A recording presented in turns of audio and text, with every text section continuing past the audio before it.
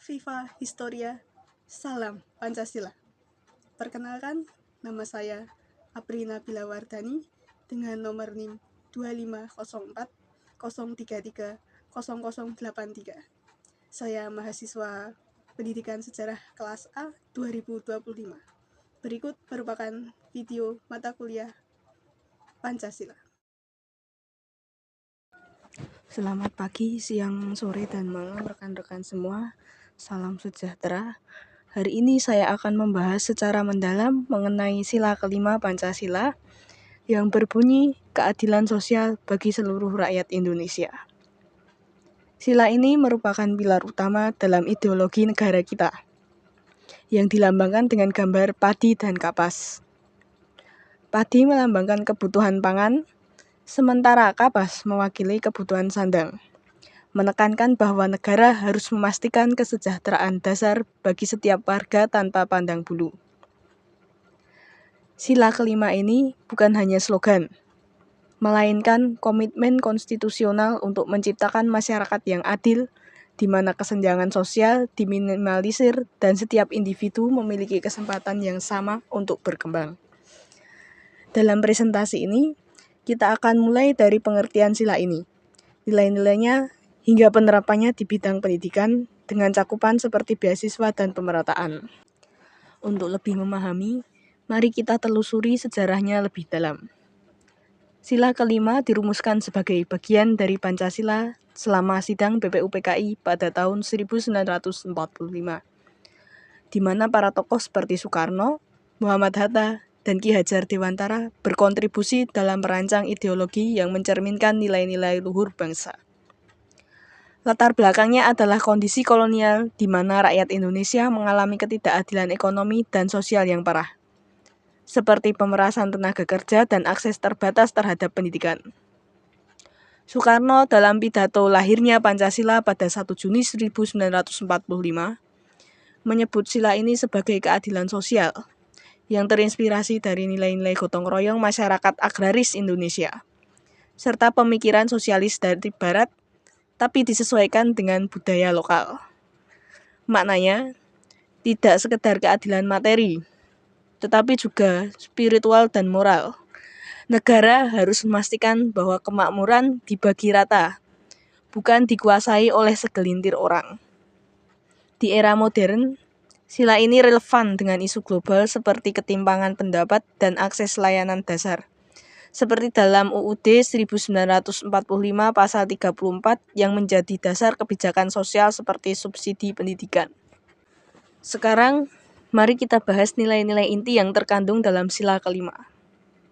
Nilai utama adalah keadilan sosial, yang berarti distribusi hak dan kewajiban yang merata, tanpa diskriminasi berdasarkan suku, agama, ras, atau golongan. Nilai ini mendorong sikap empati dan tanggung jawab kolektif, di mana individu diharapkan tidak hanya memikirkan diri sendiri, tapi juga kesejahteraan orang lain. Dalam kehidupan sehari-hari, nilai-nilai ini diwujudkan melalui sikap sederhana seperti menghargai hasil karya orang lain, bekerja keras tanpa iri hati, dan menggunakan sumber daya secara proporsional untuk mencegah kesenjangan. Misalnya di lingkungan tempat bermain, anak-anak diajarkan bersikap adil dengan membagi mainan atau membantu teman yang jatuh, yang merupakan bibit nilai keadilan sosial sejak dini. Nilai-nilai ini adaptif terhadap tantangan modern, seperti digitalisasi, di mana keadilan sosial berarti akses internet merata untuk pendidikan online. Nilai solidaritas mendorong bantuan antar sesama melalui kerjasama seperti gotong royong, bekerja sama untuk mengatasi masalah bersama, seperti membantu tetangga yang kesusahan. Nilai kemanusiaan juga kuat, menekankan penghargaan terhadap martabat manusia, menghindari eksploitasi, dan mempromosikan kesetaraan.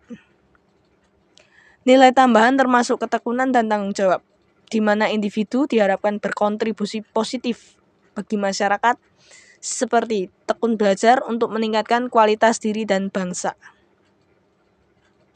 Nilai keadilan sosial ini dilihat sebagai implementasi ajaran yang menekankan kesetaraan, di mana pendidikan menjadi alat utama untuk mewujudkannya.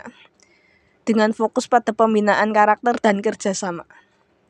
Secara lebih luas, nilai-nilai ini juga mencakup pelestarian lingkungan sebagai bentuk keadilan antar generasi, di mana kita bertanggung jawab menjaga alam untuk anak cucu sesuai dengan pendidikan Pancasila yang mengintegrasikan nilai lingkungan. Kemudian pindah ke penerapan di bidang pendidikan. Sila kelima menjadi fondasi untuk menciptakan sistem pendidikan yang inklusif dan adil. Penerapan utama adalah pemerataan akses pendidikan, di mana negara wajib menyediakan pendidikan gratis dan wajib hingga tingkat menengah sebagaimana diamanatkan dalam UUD 1945 pasal 31. Ini mencakup pembangunan sekolah di daerah terpencil, seperti program sekolah penggerak di Papua dan Nusa Tenggara Timur, untuk mengurangi disparitas antar kota dan desa. Di tingkat sekolah, penerapan terlihat dalam pengamalan sehari-hari, seperti membantu teman yang kesulitan belajar, berteman tanpa membeda-bedakan latar belakang, dan bersikap adil dalam pembagian tugas kelompok.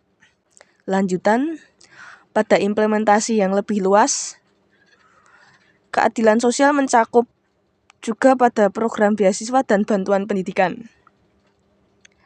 Contohnya saja, cakupan utama adalah program beasiswa seperti Kartu Indonesia Pintar Kuliah dan Bidik Misi, yang memberikan bantuan finansial kepada siswa dari keluarga kurang mampu, memungkinkan mereka melanjutkan ke perguruan tinggi tanpa beban biaya. Program ini telah membantu jutaan siswa, dengan KIP kuliah saja mendanai lebih dari 900.000 mahasiswa pada 2023. Mewujudkan keadilan sosial dengan memberi kesempatan setara bagi anak-anak miskin untuk bersaing di dunia kerja. Selain itu, distribusi buku dan alat tulis gratis melalui program BOS, Bantuan Operasional Sekolah, memastikan siswa di seluruh Indonesia memiliki sarana belajar yang sama, menghindari diskriminasi ekonomi. Kemudian, lanjut pada cakupan pemerataan pendidikan dan infrastruktur. Pemerataan pendidikan meliputi pembangunan sekolah di pedesaan, pendidikan inklusif untuk penyandang disabilitas melalui sekolah luar biasa dan kurikulum adaptif, serta distribusi guru berkualitas ke seluruh wilayah. Ini menghilangkan disparitas kota desa, seperti melalui program Merdeka Belajar yang mendorong inovasi untuk keadilan pendidikan. Contohnya seperti sekolah luar biasa, memastikan hak belajar bagi semua, mencerminkan implementasi nilai keadilan sosial pada sila kelima, serta nilai kemanusiaan pada sila kedua. Berikutnya, cakupan pendidikan karakter dan pengelolaan keuangan. Kurikulum pendidikan Pancasila diintegrasikan untuk menanamkan nilai keadilan, termasuk pendidikan karakter yang mengajarkan pengelolaan keuangan sebagai amanah, hidup sederhana, dan tanggung jawab sosial.